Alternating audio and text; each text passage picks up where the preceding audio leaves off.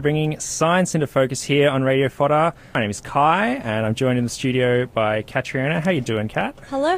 I'm good, thanks. Good. And we've also got a guest. My name is Pranav, and I'm a PhD student at the Biosciences at the University of Melbourne.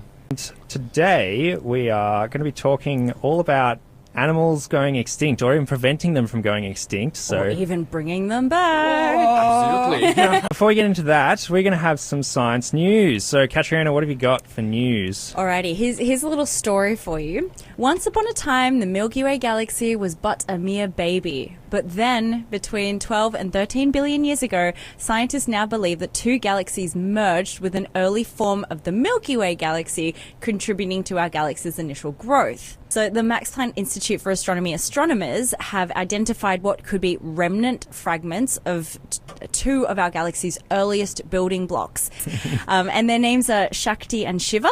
So the fact that we can now see these sort of remnants of these early galaxies is kind of like the astronomical equivalent of archaeologists finding like traces of an initial settlement in like a really large present day city. Yeah. When galaxies collide and they merge, several things happen all at the same time. So each galaxy carries along its own sort of reservoir of hydrogen gas, so hydrogen being like super abundant, very, very simple. When the galaxies collide, these hydrogen gas clouds, like they're massive clouds of hydrogen gas, they're like, woo, they're destabilized, and numerous new stars are formed inside. And then the incoming galaxies also already have their own stars. So it's sort of like a teasing apart of which ones are the new stars and which ones are the old stars, and like which ones have slightly different properties. Okay. So it's pretty cool that they've been able to find like old galaxies in our one. Yeah. News about the first Australian-made orbital rocket is preparing for launch. Woo! Oh, two space things. Two space things. I know, we didn't even plan this. Really interesting because Australia has a bit of a history of being a launch site for rockets. In the early days of space travel, Australia was actually the fourth country after the Soviet Union, USA and Algeria, surprisingly, to launch a rocket from its territory. It wasn't an Australian rocket, but it did have an Australian satellite on it back in the day. Right. So Australia can claim that, but Australia has not yet built a rocket that's gone into orbit. Until now. A new Australian company called Gilmore Space, run by two brothers, they are planning on launching a rocket into orbit next month. Oh, that's super exciting. Super exciting. And this is newsworthy because they've just lifted the rocket. It weighs about 30 tons into the vertical position for the first time. So, and it hasn't toppled over yet. Once they've got approval, they're hoping that, early in May, they're going to have their first launch attempt. I say attempt because in the history of spacecraft, the first attempt has always failed. So no matter who's tried to make rockets, they've always failed the first time. But as scientists, we know that that's an opportunity for learning from mistakes and making it better the next time.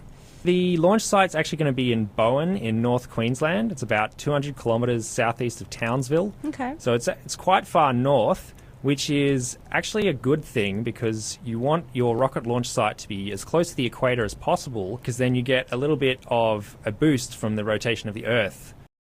Yeah, and this could also potentially create rocket launch tourism in North Queensland, which would be pretty interesting as well. And we are joined by Pranav today, who's working on the thylacine de-extinction project. So, what is that? A really cool area of science where you try to bring back an animal that went extinct, which closely resembles to the extinct animal or the extinct animal itself by definition. We are now facing the sixth mass extinction event, and which is completely driven by humans. And I think we have the absolute responsibility to restore the ecosystem by introducing the animals that once went extinct. I think we should. So what's so special about the Tassie tiger? For one, it is a recent extinction event that caused this animal to go extinct, which is which is only 100 years of extinction. And also, if you think about the extinct animals' DNA, the thylacines' DNA is one of the most well-preserved DNA until date. The most important aspect of de-extinct this thylacine is because it's an apex predator, and it was the only of its kind to be a marsupial apex predator. It looks like a wolf or has features like a tiger, but it still had pouch like a kangaroo. So it's so unique, and it played an absolutely critical role in the environmental balance, especially here in Australia.